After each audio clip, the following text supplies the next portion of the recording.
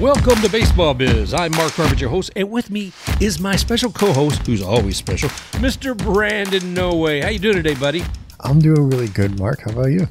I'm doing fantastic. It's an exciting time for the Rays and RaysUP. This is a RaysUP edition of Baseball Biz, so we hope all you Rays fans are here. And if you're not a Rays fan, you'll still enjoy because there's plenty of great news about what's happening in baseball. You know, Brandon, I have to give this week 2 thumbs up. Yeah, I mean, it's been a really good week for the Rays. The weekend was really good, of course. Beating up on the poor Orioles. I didn't watch much of that series. That sounds like you did, so I'll leave that to you. But then going into the week, the Red Sox, we knew that was going to probably be a big series. The Red Sox have been struggling since the All-Star break. I believe they're like 20-23 since that, and they've fallen back to the second wild card. And you never want to get them rolling because that could be dangerous. You kind of want the least amount of teams rolling as you can going into the stretch run. And so far, at the time of recording on Wednesday, the Rays have taken the first 2, and they're looking pretty good doing it. So right now, let's see. Do you have, the numbers? Yeah. Okay, I'm looking here at the AL East, and the Rays are indeed 132 games. There's only 30 games left, Brandon. I mean, right now, let's see, what's our winning percentage is .636. The next team in the AL East behind us is the Yankees, 8 games behind. The Red Sox, who we're having a lot of fun with right now, they're 10 games back, and the Blue Jays 14.5, Orioles 42.5, with a win average of .313. So it's tough, man. We've won 9 of our last 10, and the Yankees won 6 of their last 4. It's kind of sad for the rest of them, but it's still a doggone good, division. You can't take anybody for granted with this. I mean, the Blue Jays are quite far back there for 14.5 games. I think they've still got possibilities for a wild card, but the Rays have just blown this thing open. Yeah, outside of Baltimore, this division is really tough. And even the Blue Jays, like you were saying, even though they're in 4th place, 14.5 back, you can't take playing against them for granted because they have such a good lineup. It's just, they just can't seem to get it together this year. The Red Sox, they were really good throughout the whole year. They really had a stumbling block over the last month. The Yankees, when the Red Sox started going down, they started going up. And they had that big 13-game win streak. And you think that would be good, but the only problem is the team in front of them kept winning as well. And they only cut the lead to 6 games, and now it's back up to 8 games. It is indeed an exciting season. And you were talking about the Orioles overall and who they have. It was interesting watching Game 4, because I look at the talent, man, they do have, and I keep expecting more. I look at Cedric Mullins. He does so much great things out there in the outfield for the Orioles. And then he's hot at the bat. Trey Mancini, he's a given.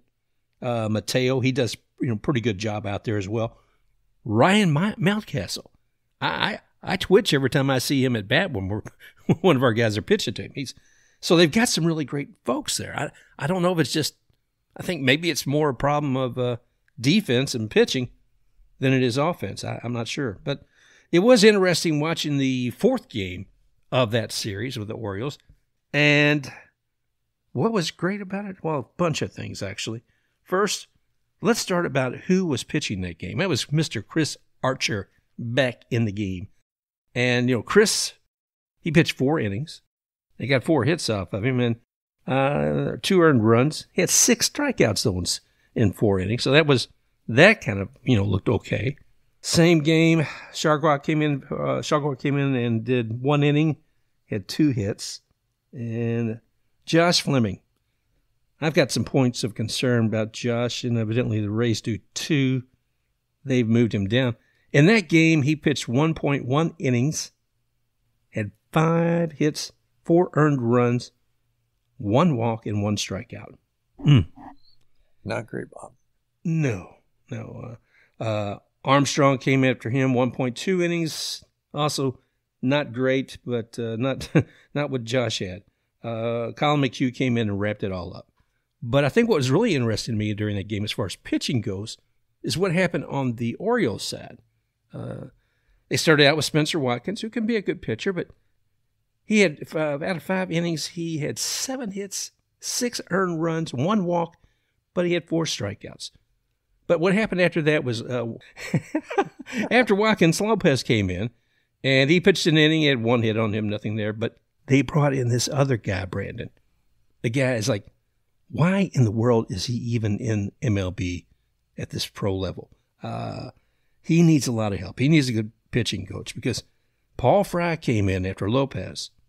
He pitched 0.1 innings, 1/3 of an inning. Okay? What did he achieve during that third of an inning? 2 hits, 4 earned runs, 2 walks. Go ahead. That's a pretty impressive outing, isn't it? Yeah. It's kind of outing that gets you moved down to the minors real quick. So that was, it was very it was sad to see, man. I love watching the Orioles play, and of course you always want to win, but I really hate to see any player have that much difficulty on the mound. So it was a tough time for him. But okay, I'm talk pitching, but let's get to the fun stuff on that. The fun stuff on that game was who's on third? No, it's Joey Wendle. Joey, who's a fantastic utility player. Anywhere you put him out there in the field, did even more fantastic stuff that day from the home plate. I mean, Joey came and had 4 at-bats, and he made some action on 3 of those. Let's see, what did he do? Oh, yeah. He had a single. Then he had a home run. And after that home run, I think Meadows had a home run. And then Joey had a second home run. Oh, did I forget? That was a grand slam. Wow. Oh, and here's a fun thing, Brandon. Joey had, I don't know if he's up from around there or not, but from up there, but he had family up in the stands too. So that's pretty cool. Yeah, that's a good thing to have your family out there, and then you have a performance like that. It was outstanding. I mean, and I thought that one was kind of fun too. Him and Meadows having back-to-back home runs. And I think they both hit them about the same place up there in Camden Yard, just short of Utah Street. And during that game, Mr. Wander Franco, who we'll talk about more, he achieved his 29th straight game of getting on base. So that was kind of interesting. But after that, we're saying, okay, well, it's time to come back home. And who we're going to face? One of our division nemesis. I should say another one of our division nemesis. And that is the Boston Red Sox, who overall this year surprised us from what I think a lot of people thought would happen at the beginning of the year. Yeah, I mean, we've said it. It seems like we say it at least a couple times a month. We didn't think the Red Sox would be this good. We were looking at the division standings or projected standings before the year, and they had the Red Sox with a better chance of winning the division than the Rays did. And we were a little curious about that, and that seemed like it was a pretty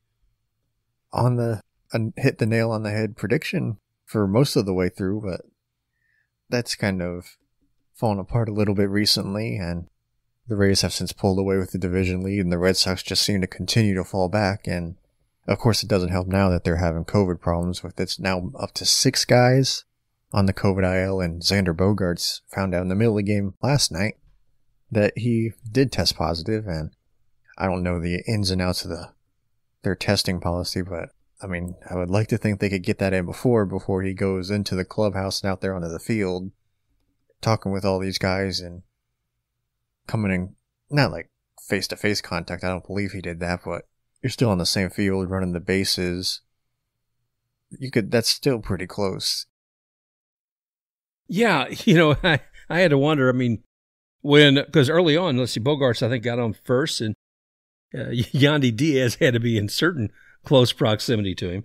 But I don't get this. I mean, I've seen the testing for COVID, and they have that rapid response. I don't know if that's what they're using or not in MLB, but within a half hour, 45 minutes, whether or not you tested positive for COVID. And it seems like they'd give a little bit more time than that to the players before they take the field. I noticed in yesterday's game that they didn't even have a lineup available right away, probably because they were still doing the testing and see what came back. But going to that first game with the Red Sox, that was just plain nuts, wasn't it? It was. It was an all-around good game for the Rays. They ended up taking that one 6-1.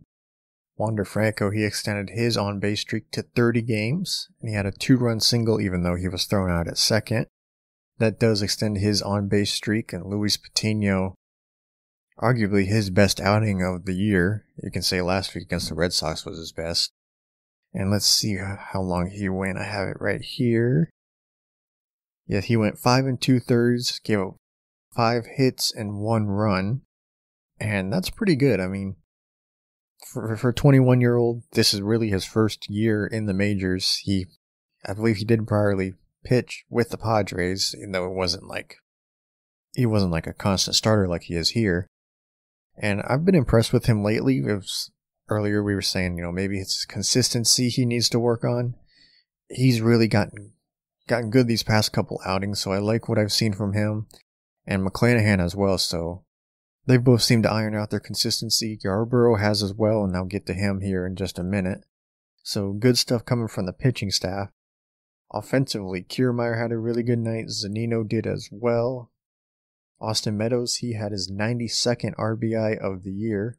That was in the third. And he could be the first guy to hit 100 RBIs since Evan Longoria did, which I believe was back in 2009. Wow. So there is that. And it's really been a quiet year for Meadows. He doesn't seem to be getting the credit that you think somebody on track for 100 RBIs would be getting. Yeah, I know, because overall it seems like I'm not seeing where I was looking for home runs. I'm looking for the Meadows we got when we first traded Archer. And I'm not seeing that same Meadows, but what I am seeing is he's getting the guys in. And that's huge. I'm looking forward to more of that, and I'd love to see a few more of those home runs like we did when following up Meadows on the Orioles game, but he's looking good. You were talking about the pitching. We had the double F. You've been double F'd. Oh. Fire Rising and Fairbanks. That was great to see both those guys and Pete Fairbanks come back too. Yeah, Fairbanks, he was one of our better pitchers out of the bullpen last year, and we were expecting him to do that as well this year, but injuries have been the story for the Rays a lot this year, even though they keep winning. Everybody seems to be taking their turn on the IL merry-go-round, it seems, and he has a fast pass, it seems, because he's on there quite a bit. Well, it is interesting because it didn't slow him down. And I'm looking here. Let's see, on Monday at the game, Pete threw 1 inning. And how many hits? 0. How many earned runs? 0. How many walks? 0. How many strikeouts? 1 inning. 3 strikeouts. Pete Fairbanks is in the house. Yeah, he's doing really good. It's just a question of staying healthy with him. That's the only thing. And if he can do that in the playoffs, I think that'll help bolster the bullpen. I'm gaining a little bit more confidence in the starters, with what we're seeing from Patino, McClanahan, and Yarborough seeming to get his act together a little bit. Archer and Waka, I still have some question marks about that, but I'm starting to gain a little bit more confidence in the rotation as a whole. Well, that's good news. I mean, we've got a deep group of people, and you can look at the Durham Bulls and what's happening out there. We got a lot of guys that we need to pick up from. We could get some good fellas. I'm looking. Let's see, what was it? I'm trying to think of who. Oh, one piece of sad news about a former Ray who is with the Boston Red Sox, and that's Hunter Renfroe. He lost his father last week, and he did come back, I think, not in the Monday game, but I think the Tuesday game. And he was dedicating everything he's doing for the rest of the season, I believe, to his father. But, it's interesting to see. I'll say one more thing about the game from Monday. Looking at Bobby Dahlbeck, he's somebody who, continues to emerge for me. I keep looking at Rafael Devers, but also keeping a close eye on Bobby Dahlbeck to see how he's doing. Yeah, and with that, I can make the transition, can't seem to speak English, to Tuesday's game, if you would like. Please do. Yeah, so the Rays took that one as well by a score of 8-5. Red Sox made it a little bit interesting there in the bottom of the ninth, but Kittredge was able to shut them down as the tying run was at the plate. And he came in and said, okay, that's enough of that. And he closed it out to secure the win for the Rays. Offensively, another great night. Rosarena had a homer. Franco had a single. That was a 2-run RBI. Cruz, he scored as well. Meadows RBI. Mejia hit a sac fly as well. So a really good night offensively. Pitching-wise, Yarbrough, I was talking about him. He went 6 innings, gave up 2 earned runs on 5 hits with 3 strikeouts. And he went 6 innings and he only threw 78 pitches. That kind of piqued my curiosity a little bit because I know they're probably saving him, but I hope if he's having an outing like that in the postseason and he's only thrown roughly 80 pitches at the end of 6, I would like to think they'd let him go out there for the 7th. I can't remember which inning it was, but between I think he and the Red Sox pitcher both pitched. It may not have been the same inning, but they both pitched like six pitches. It's like, what? Yeah, no, that comes from some good fielding, obviously. But, when you're looking, like I said, at Ryan Yarbrough, I've always been a little concerned about him, but he did okay. I mean, it's 5 runs. Not crazy about that. No, 5 hits. Oh, 5. Ooh, thank you. 5. Sorry, Ryan. 5 hits, 2 earned runs. Yeah. I mean, and the 3 strikeouts. It's healthy. Yeah, really good outing. And I misspoke earlier. Franco only had 1 RBI. Yandy Diaz had the 2 RBIs, so I misspoke there. And go ahead. Oh, no, you can go ahead. Well, I was interested in seeing this one guy come up now, and that's Mr. Enns. And I'll be quite honest with you, I don't have enough information or history on him to say much. But, he's in that game. What did he do? He pitched 1 1/3 innings and had 2 runs on him. So 2 walks. But he had 2 strikeouts, too. Kind of a mixed message. And like you said, Kittredge came in there and he closed it down. Kittredge is Mr. It's over. Once he takes the mound, it is over. Yeah, he seems to be that lights out closer role this year for the Rays. I mean, we thought it would be Castillo this year. Doesn't look like that's going to happen, I believe. Nick Anderson as well. He was possibly going to be a candidate to have a bounce back closer year. I don't know if that's going to happen either. I haven't seen anything on him on a return date or coming back. But Kittredge has really slid into that role well. He shut them down. He only threw 9 pitches to get them out, to get 2 outs into the 9th, so that was really good. And Enns, that's a lot left to be desired. I really would prefer my 8th inning guy to maybe have the outing that Armstrong did, where he went the whole 7th inning, had 1 hit, but he also had a walk. I would like a little bit more shutdown there, but he didn't give up a run. So, a little bit inconsistent there, but, I can't really complain. They got the job done. Wasn't the prettiest. No, I agree with you. It's Armstrong, I have hope for more, too. I've seen him in other games where I thought he did better, but it was great to see him. Let's see. I was looking at a note here. What else? Which game was it?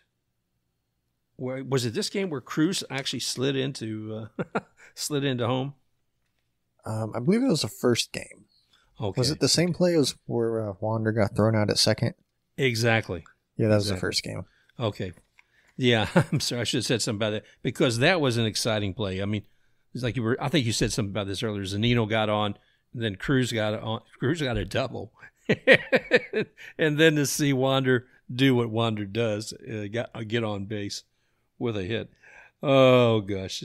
But then, like I said, last night was just amazing. And let's see, kind of started out, like I said, I was curious, and hopefully the Boston Red Sox can field a team on tonight because I'm a little concerned about COVID. Have you seen anything about how many of their players may be impacted? The last I saw was about an hour ago, and it's still the 6. Everything. I haven't seen anything pop up as of today. We'll probably find out more here in a couple hours closer to game time. But tonight's going to be a pretty big matchup with Sale being on the mound. Yeah. And, he's pitched really well since his return.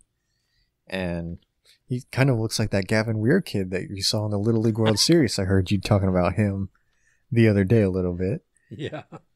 He's something else. Look to the future, my friend. And jumping back a little bit, looking to the future. Luis Patino, I'm excited about this young man. I mean, you've seen him go out there and take the mound. He has a confidence that completely just exudes all throughout him. I was listening to, a few things Brandon Lowe had to say about him the other day. Here, let's go ahead and take a listen. Yeah, he's freaking 20 or 21 or whatever it is. It's insane to think about.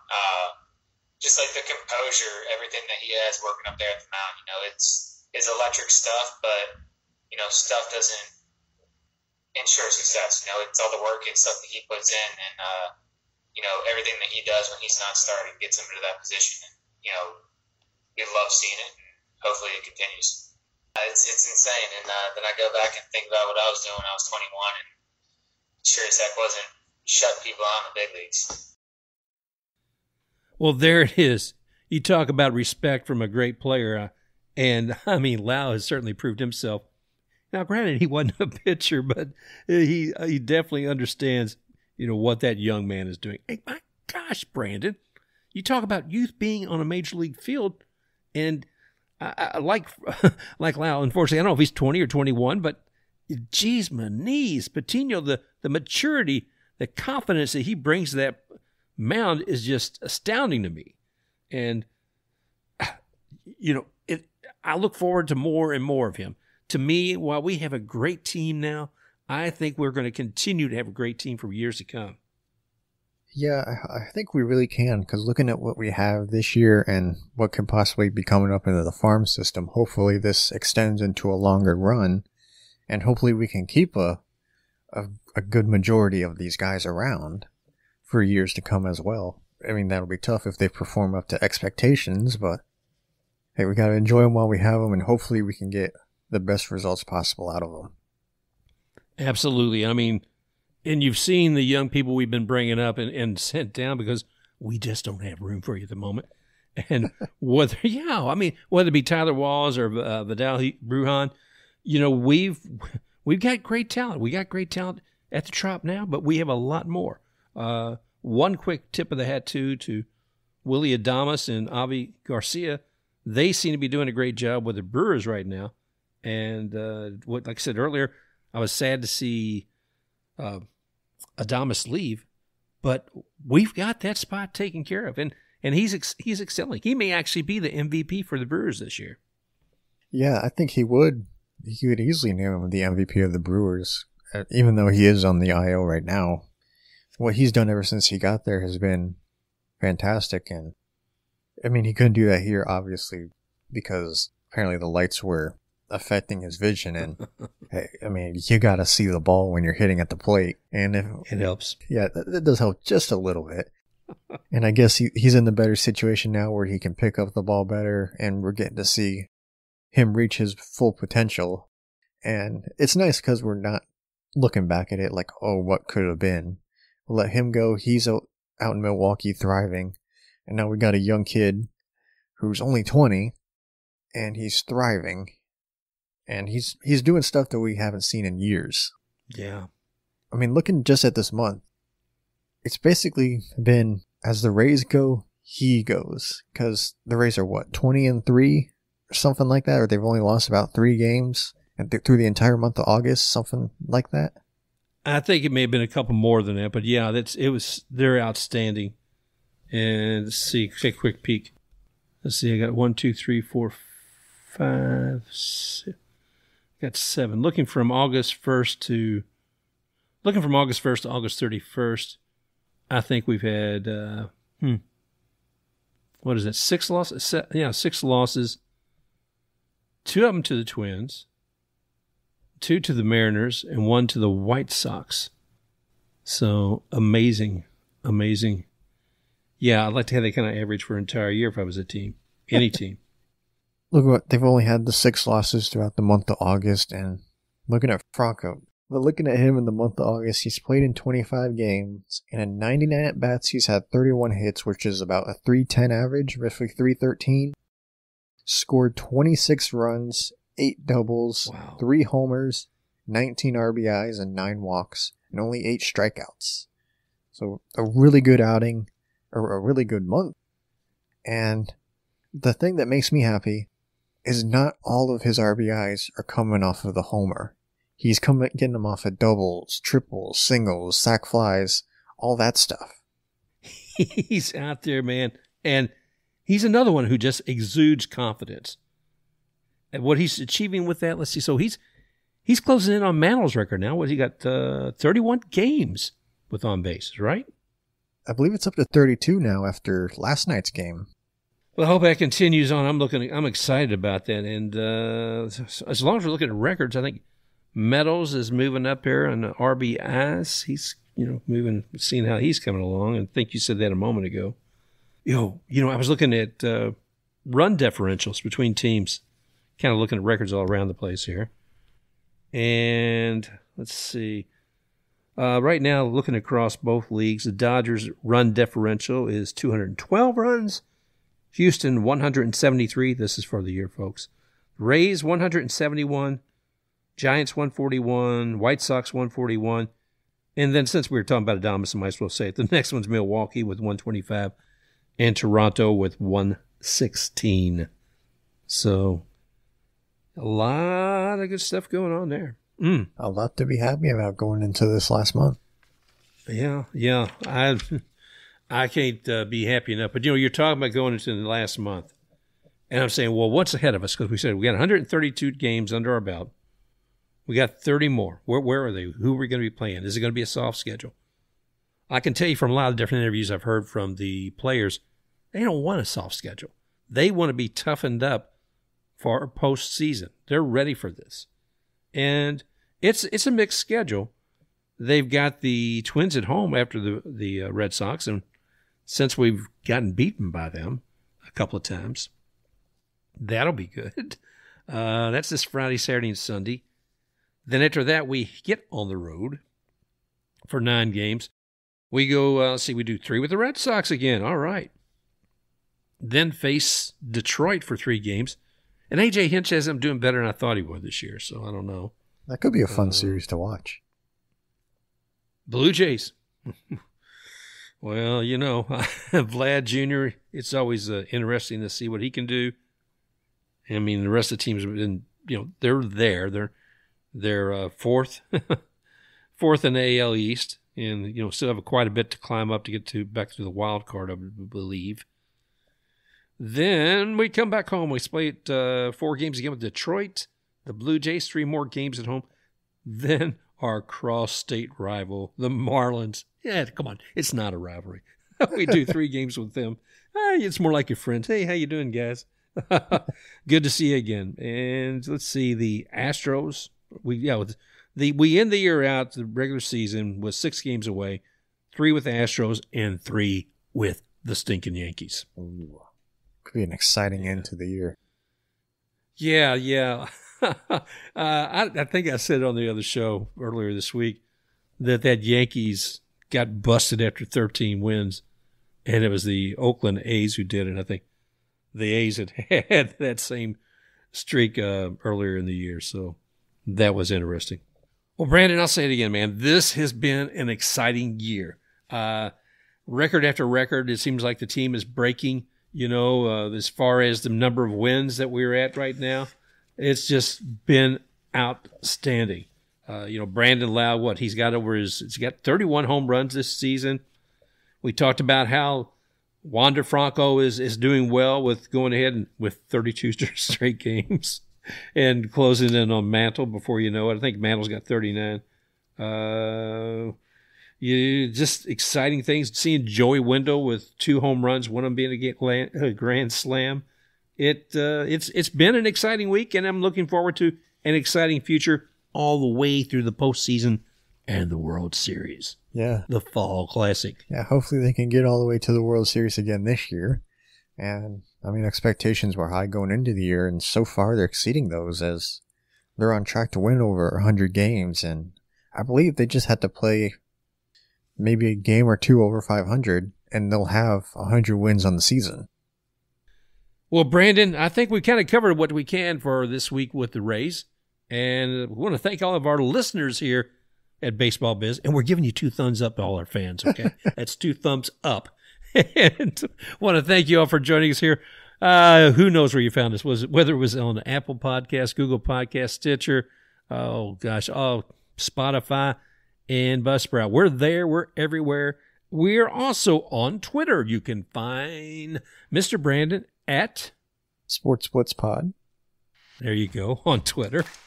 You can find me at The Baseball Biz on Twitter. As always, we had a great time with you guys. A special RaysUP edition of Baseball Biz. And look forward to talking to you all again real soon. Special thanks to Scott Holmes for the music, Stomps and Claps.